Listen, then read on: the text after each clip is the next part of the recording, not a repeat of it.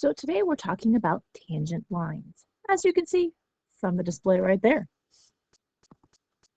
Tangent lines can be used to describe the rate at which a curve rises or falls. So if I look at this example here, I have tangent line. And remember, a tangent line is a line that touches a graph at only one point. So we have this tangent line that's over here, and it touches the graph in just this one spot.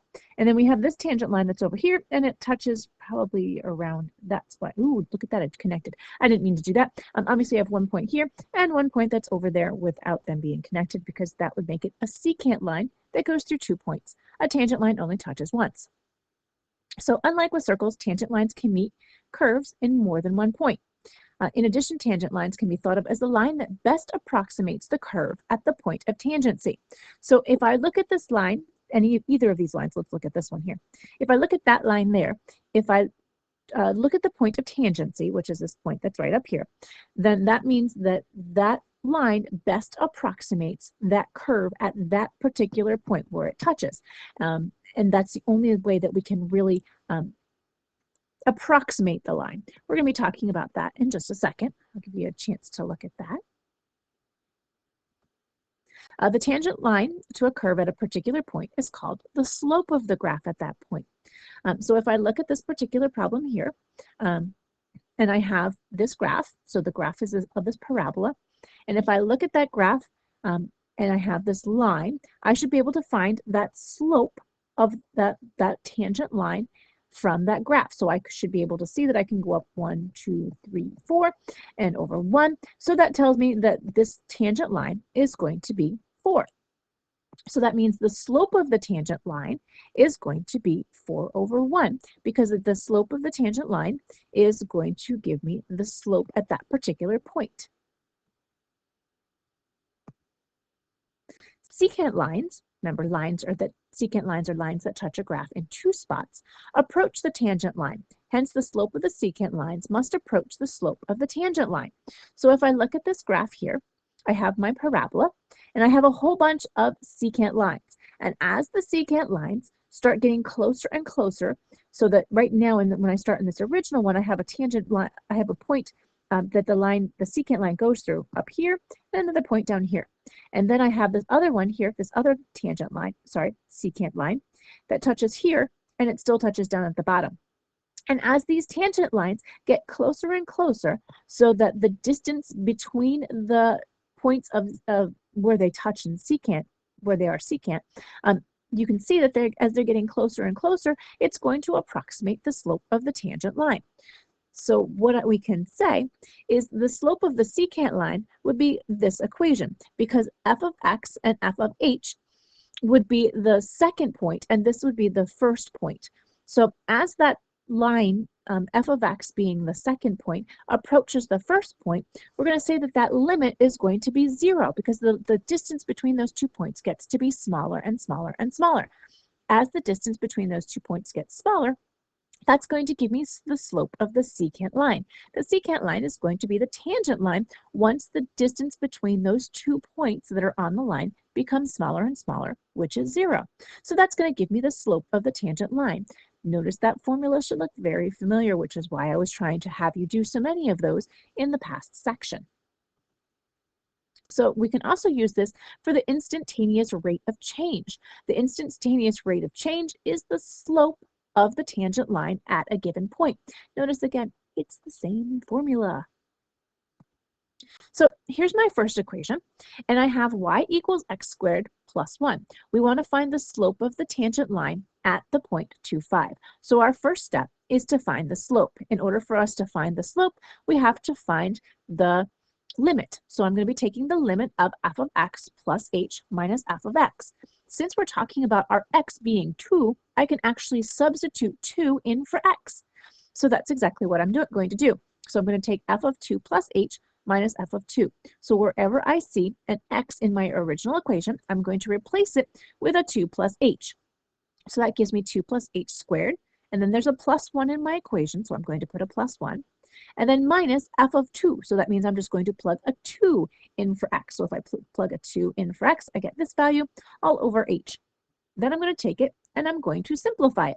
So when I simplify, that means I am going to FOIL out or multiply out 2 plus h. So that gives me 4 plus 4h squared plus h squared, or 4h plus h squared plus 1, minus what I get when I substitute that value in. So all I'm doing is simplifying, and then we're going to go to the next slide, so because it doesn't fit, I'm still going to have my particular limit. So then I can, if I look, I can start canceling stuff out, because if I look at this problem over here, oops, the 4 would cancel out with the 4, and the 1 would cancel out with the 1. So when I do that, and if I flip back again, sorry, I keep flipping back and forth, I get h times 4h plus 1, and again, we're going to cross out the h's. So when we do that, we have 4h plus h. When I take the limit as h approaches 0, again, don't forget to do that, because you're so excited that you finally got to the end of the problem. You forget to take the limit as h approaches 0. And when I do that, h goes to 0, so that means my limit is 4, which means that is the slope of the tangent line at the point 2, 5, which is just 4. And that's all we're looking for, is we're looking for the particular value of the slope. And if I look at that, here's the 0.25, it's on my graph. And if I look at that red line there, if I go up 1, 2, 3, 4, and over 1, those points are going to be on the graph, and that would be the slope of that particular line. So now I'm talking about finding the equation of the slope of the graph at any point. So since it's at any point, that means I have to have an x in my equation. So here's my f of x plus h minus f of x. So I'm going to substitute in wherever I see an x, I'm going to substitute in an x plus h. So that's the first part. And then there's a second 2x. So I'm going to substitute in a 2x in that part. And then minus f of x. So I'm going to subtract f of x, which is x squared plus 2x. Don't forget you want to distribute that negative. So for that next part, I'm going to multiply out x plus h. So there's my multiplied out of x plus h, and then I'm going to distribute the 2 to give me 2x plus 2h, and then I'm going to distribute the negative sign. So when I do that, my x squared over here is going to cancel out with my x squared there, and my 2x is going to cancel out with my 2x there.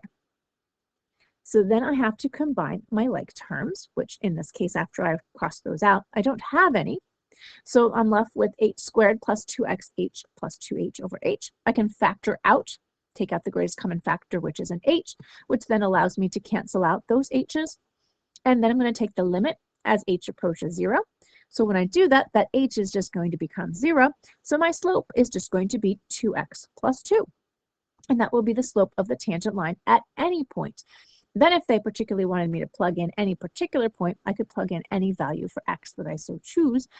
So I could find the value of the slope at 2 or at 5 or at -10 or whatever value they wanted from there, as long as I have my general equation. And there's my tangent line again. And that shows me that my slope is 2x plus 2. Now I could have the next kind of equation problem I could have is I want to find the equation of the tangent line at the point -2, 44. So not only am I going to have to find the slope, I'm going to have to find the equation. So our first step is to find the slope. So I'm going to use my equation, and I'm going to, wherever I see an x, stick in an x plus h, and then subtract f of x. So that would give me 3 times x plus h quantity squared minus 12x h plus 8 minus the quantity of f of x. So then if I multiply out the x plus h and distribute, I would have that, as well as distributing the -12 and then distributing my negative signs. I would have all of that. And then I noticed that my 3x squareds cancel out, and my 12x cancels out, and my 8 cancels out. Then I'm left with these 3 terms, and all of them have an h, so I can factor out an h. And so then that cancels out. So then I can actually take the limit as h approaches 0. So that means the 3h is going to go to 0. So I'm left with 6x minus 12. So that's my slope. That's m. So then I'm going to stick the value that they give me, because the point that I want is at the point -2, 44. So if I substitute that value in for x, I would have 6 times -2, minus 12, which that's going to mess up everything. So then I'm going to have -12 minus 12, which we know is not going to be that. That's going to be negative, 24. And then I would go back down here. Oops, sorry, wrong way. And then I would stick the negative 24 in for x. So that would be negative 24 there. And then I would distribute. So that's going to change that to negative 24x plus negative 48. And then I'm going to move the 44 to the other side. So instead of that, I would have y equals negative 24x minus 4. And then that would be the equation of my tangent line, unless I made another mistake again. In the next problem, I'm going to be given the equation y equals 1 over x cubed at the point 2, 1/8. So then I'm going to have to take my limit, some limit as h approaches 0, and I'm going to substitute in an x plus h wherever I see an x, and then minus f of x all over h. But then I'm going to need to find a common denominator. So what I did was the first fraction needs an x, and the second fraction needs an x plus h. So that's what I did there. But then our common denominator is going to be x cubed plus x plus h quantity cubed. And then this is still over the 1 over h. So technically what I did was I changed this h over 1, and I flipped it to be 1 over h. So when I multiply by 1 over h, that puts this h down in the denominator. So that way I don't have to keep writing that complex fraction over and over again. So then I started multiplying out x plus h squared in this step here. And if you wanted to, you could keep going and multiply that straight out, but I just sort of showed my work a little bit, and I then distributed. Once I do that, then I can take my x cubes and they cancel out. And then I'm left with a bunch of terms that I have to get common terms, because there are some terms that I can add that are common. So I would end up with 3x squared h minus 3x h squared minus h cubed all over that same denominator. And then I factored out the h, and then our h does cancel out. And then we need to take the limit, so wherever we see an h, we're going to know that that goes to 0. So that gives me negative 3x squared over x cubed times x cubed, which then the x cubed does cancel out. So I'm left with negative 3x to the 4th. But I'm still not done yet, because now I need to stick in the value that they gave me for x. The value that they gave me for x was, I'm gonna say 2. So if I substituted 2 in for x, I'm going to be left with negative 3 over 16, which I can then put into point slope form. Remember, that's the form we're using. I don't think I said that. So it's y minus y1 equals m times x minus x1. And then I can find the equation of the tangent line, which would be given there. Assuming, of course, I didn't make any other mistakes. Then the next one, we're going to find the equation of the tangent line here. So again, we're going to do f of x plus h minus f of x. I found a common denominator. So my common denominator was x plus h plus 1 times x plus 1. So the first term needed an x plus 1, and the second term needed an x plus h plus 1. I did flip my fraction so that that h, instead of having the complex fraction all the time, it would be like 1 over h. So that's why that's in the denominator. And then I multiplied out and distributed my negative. So therefore my x's are going to cancel out and my 1's are going to cancel out. So I'm left with negative h, but then the negative h is going to cancel out. So I'm going to have negative 1. I take my limit. So I have negative 1 over x plus 1 quantity squared. I substitute the value in for x that they give me, which is 0. So that means my slope is going to be negative 1. And I'm going to have my point y minus 1 equals negative 1 times x minus 0. And that gives me y equals negative x plus 1. So there's our equation of tangent lines. We'll do much more with this in class the next time I see you. And we will be writing equations and doing a whole bunch of other fun things. So have a lovely evening or afternoon or whenever you're watching this. And I'll see you in class again on Monday. Bye.